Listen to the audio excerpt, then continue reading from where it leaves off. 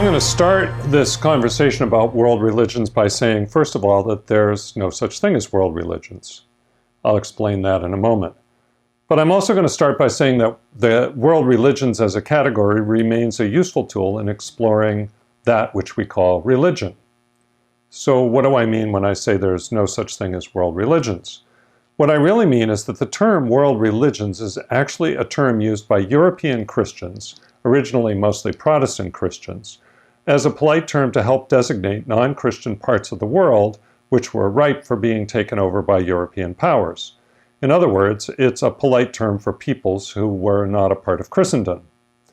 As you can see, this implies that Western Christianities, both Protestantism and Roman Catholicism, are in some sense racial, ethnic, and tribal religions. This is an old notion, and there were a number of black religious movements in the United States beginning as early as the 19th century that pointed out this uncomfortable fact. Both black Islamic and black Jewish movements in the United States in the 20th century were careful to point out in their critiques of Christianity that Christianity was a white person's religion. Christianity, in this view, was a tool used by European and American political powers to justify, for example, the transatlantic slave trade. The Christian God was a white God that came out of the white culture of a white political empire, the ancient Roman Empire. When you listen to leaders of black Islamic and black Jewish movements in the US in the 20th century, an important point emerges.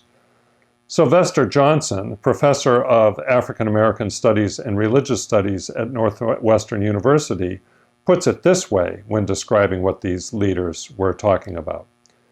An important parallel exists between these leaders' rendering of Christianity as a specific ethnic and racial religion.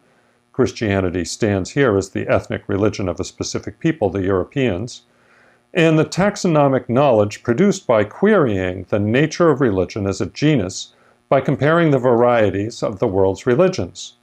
This humanistic strategy of mapping religion resulted from European colonialism and was induced by the myriad colonial contacts that compelled Enlightenment thinkers to view differently what was previously regarded as Christian truth, religious truth.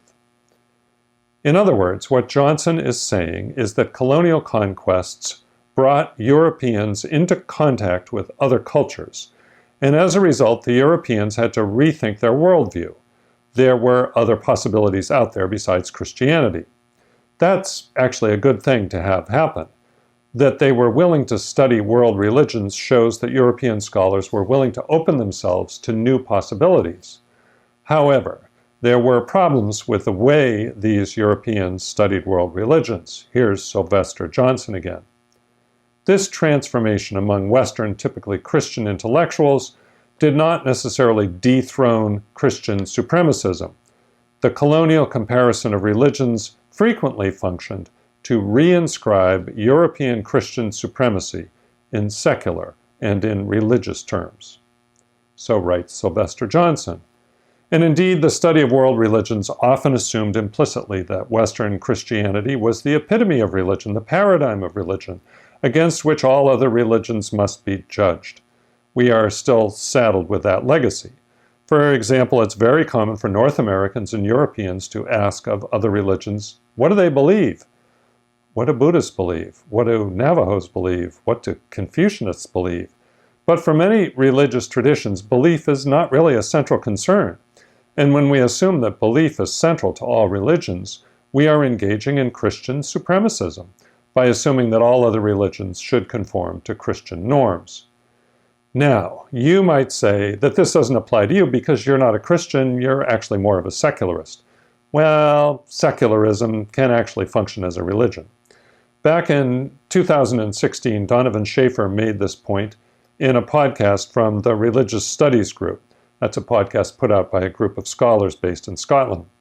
In the 2016 podcast titled, Is Secularism a World Religion?, Schaefer argued that, yes, in some ways, secularism is in fact a world religion. For example, Schaefer asks us to think about teaching college students.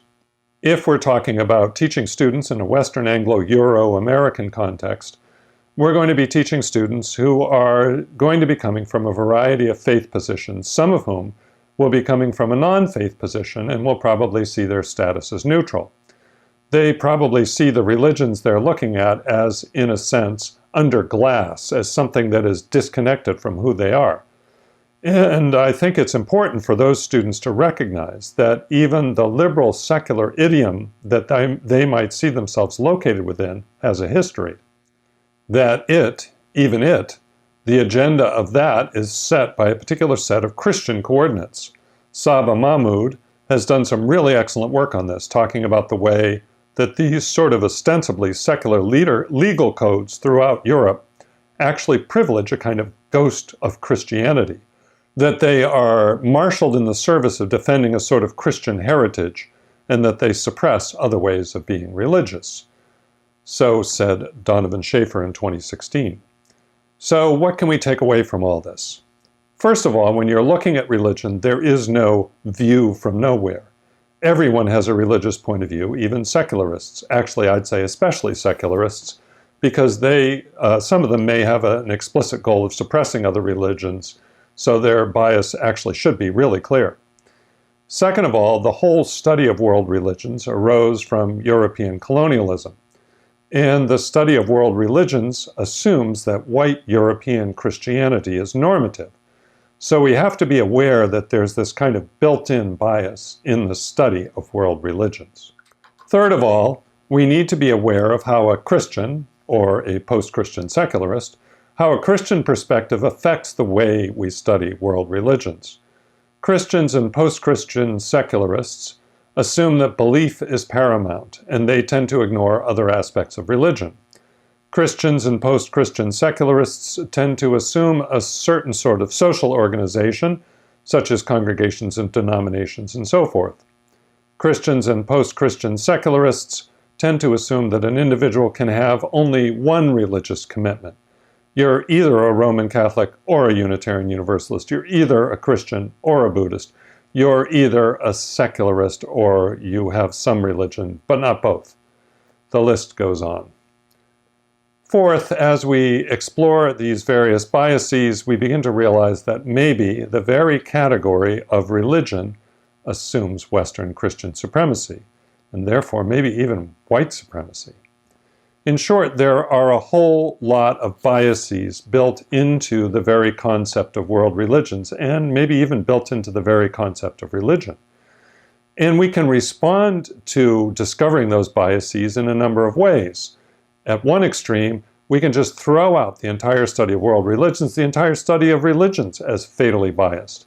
At the other extreme, we can double down and defend the study of world religion just exactly the way it is now.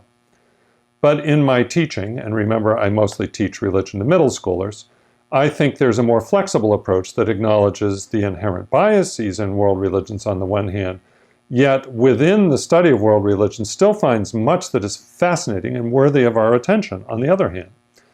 And in my next lecture, I'll look at a couple of ways that I think are particularly fruitful for studying or for exploring world religions.